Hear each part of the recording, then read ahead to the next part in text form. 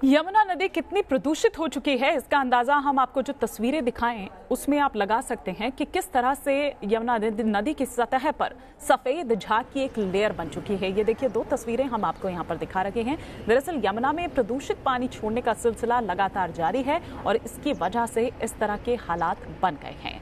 सतह पर किस तरह का ये सफेद झाग नजर आ रहा है ये आप देख सकते हैं। यमुना के पानी में ये केमिकल, ये प्रदूषण है जिस वजह से ये हाल हुआ है। अभी पिछले दिनों, छठ के दिनों में इस तरह की तस्वीरें काफी ज्यादा वायरल हो रही थी। यमुना से हमारे सहयोगी सैयद आमिर की ये रिपोर्ट आप देखिए। मेरे पीछे जो आप सफेद चादर देख रहे हैं, दरअसल ये बर्फ नहीं है, ये है पोल्यूशन। ये है यमुना का गंदा पानी जो झाग में तब्दील होकर के यमुना को प्रदूषित कर रहा है। एक तस्वीर हम आपको पहले दिखाते हैं और ये भी बताएंगे कि सरकारों ने आखिर अभी तक किया क्या है।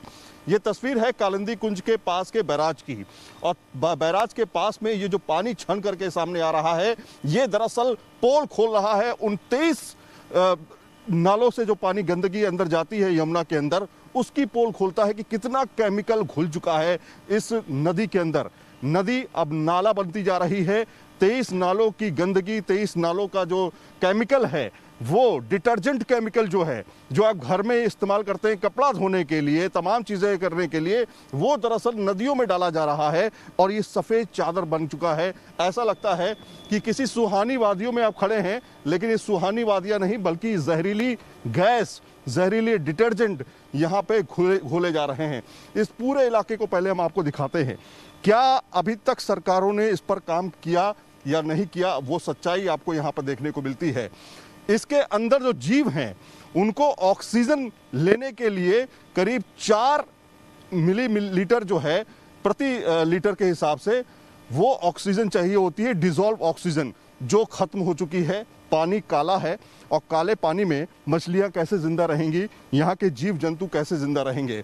इससे पहले भी एक रिसर्च हुई जिसमें बताया गया कि कितनी गंदगी अब हो चुकी है। वजीराबाद से लेकर के कालिंदी कुंज के बीच में करीब 23 नाले आते हैं जो इसमें पूरे तरीके से समाहित होते हैं।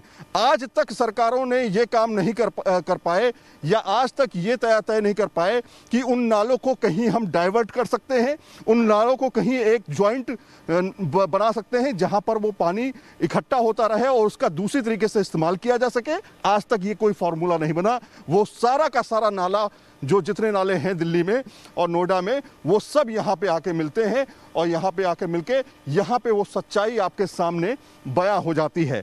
ये पानी जिसको हम काफ़ी ज़्यादा, जिस पर एडवर्टीजमेंट पर पैसा खर्चा करते हैं कि पानी बचाना है, देश बचाना है, दुनिया बचानी है, लेकिन यहाँ पर जिस तरह से ये गंदगी फैली हुई है, उससे ये साफ जाहिर हो जाता है कि हम कितने गंभीर हैं अपने काम को लेने के लिए।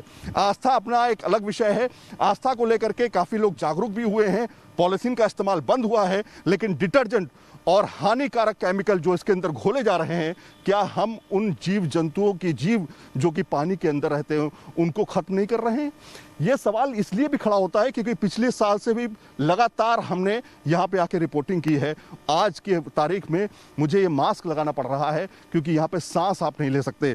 हम कुछ लोगों से भी बातचीत करेंगे जिन्होंने 20 साल तक यहाँ पर इस नदी को देखा है। आप आगे आ जाइए, थोड़ा बात करेंगे आपसे।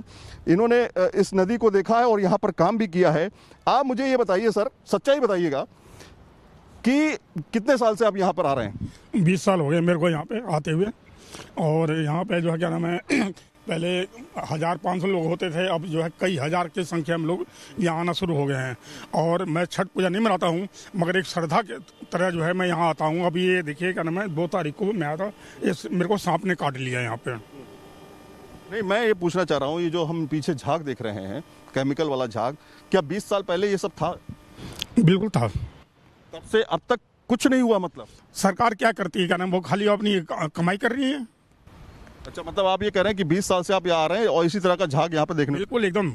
तो ये भाई साहब हैं जिन्होंने कहा कि 20 साल से यहाँ पर आ रहे हैं और हम भी 4-5 साल से आ रहे हैं यहाँ पर, लेकिन सरकारों ने दावा किया है कि हम यमुना गंगा को जो है बहुत साफ कर देंगे, निर्मल कर देंगे। लेकिन क्या यमुना नदी नहीं है? क्या ये पानी का एक स्रोत नहीं है? तमाम सभ्यताएं जो हैं वो नदियों के किनारे बसी हैं, इसलिए क्योंकि उनको पानी चाहिए, जीवन जीने के लिए पानी चाहिए।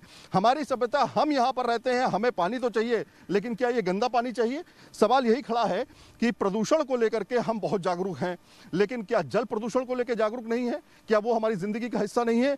इसलिए कहा ही जा रहा है कि सरकार काम तो कर रही है, लेकिन सिर्फ और सिर्फ फाइलों में काम कर रही है, क्योंकि तस्वीर तो ये बयां हो रही है सामने जो आपको दिख रहा है। वीडियो जर्नलिस्ट अतुल राज के साथ सईद आमिर हुसैन, न्यूज़ नेशन, कालिंदी कुंज, दिल्ली।